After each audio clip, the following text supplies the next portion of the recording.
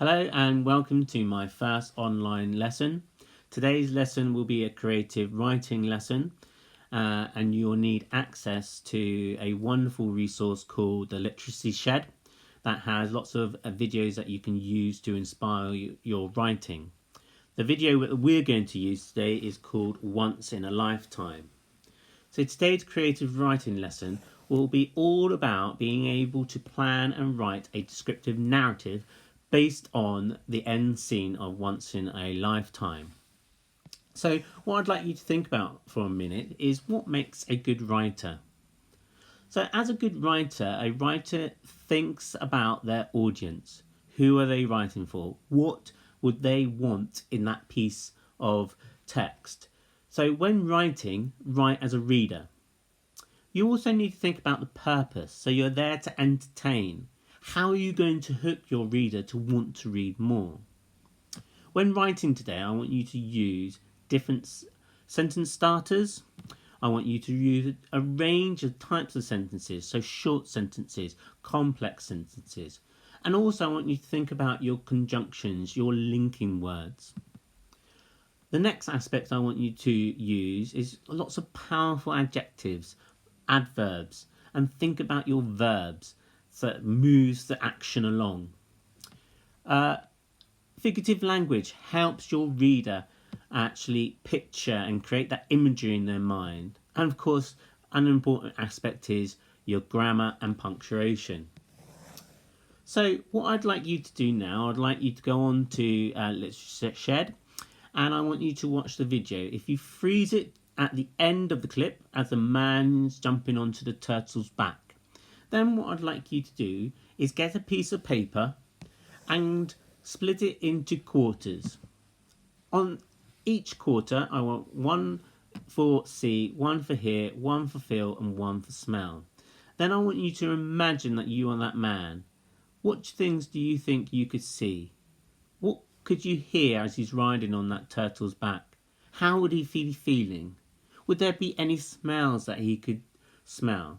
So you'll have 2 minutes or maybe more to actually write down your initial ideas. So you're planning your ideas out. So now if you go and watch Once in a Lifetime, I hope you enjoy it. It's a fantastic video.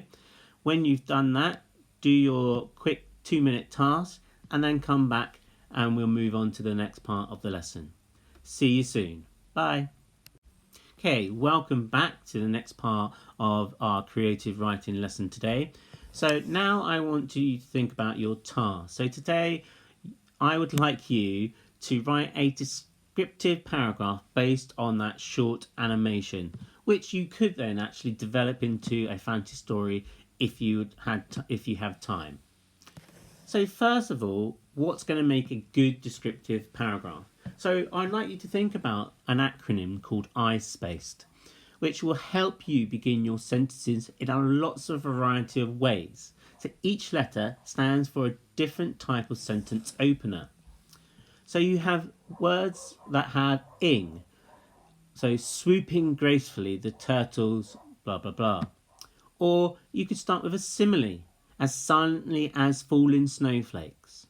Or maybe a preposition which tells you when or where something's happening. Above the clouds, giant turtles flew. Or you could start with an adverb, so gracefully, quickly, cautiously.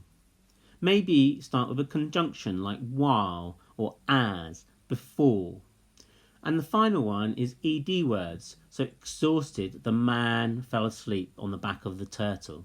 So I-space is a really good way of remembering how to start a sentence in a variety of ways. The next thing I'd like you to think about is using figurative language. So using things like similes, so the cheetah ran as quickly as a racing car, or a metaphor when you're comparing something to something else, but you're saying it is that, so the moon is a torch shining through the night.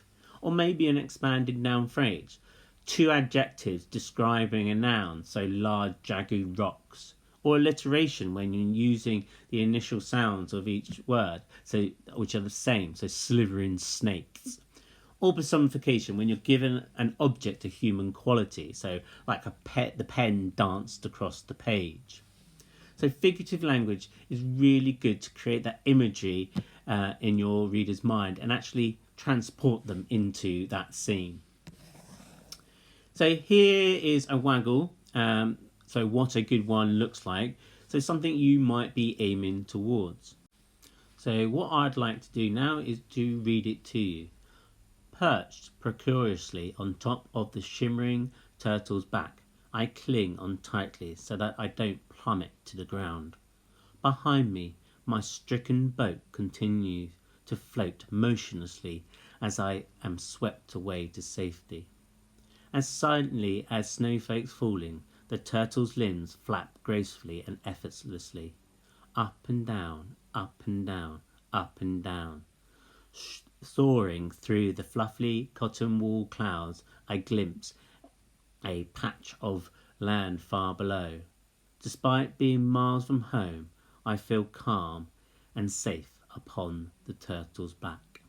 So if you look at that effortlessly, the turtle's limbs flap up and down, up and down, up and down. So again, that repetition of making the reader feel like they're there and can actually see what is happening.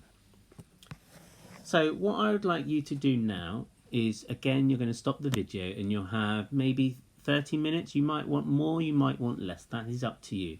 But you're going to have 30 minutes to write and edit your descriptive paragraph based on the man being on the back of the turtle at the end of that animation. So when you have finished, again, come back to the video and we'll do the review, the reflection stage of our writing. Okay, have fun and see you soon. Bye-bye.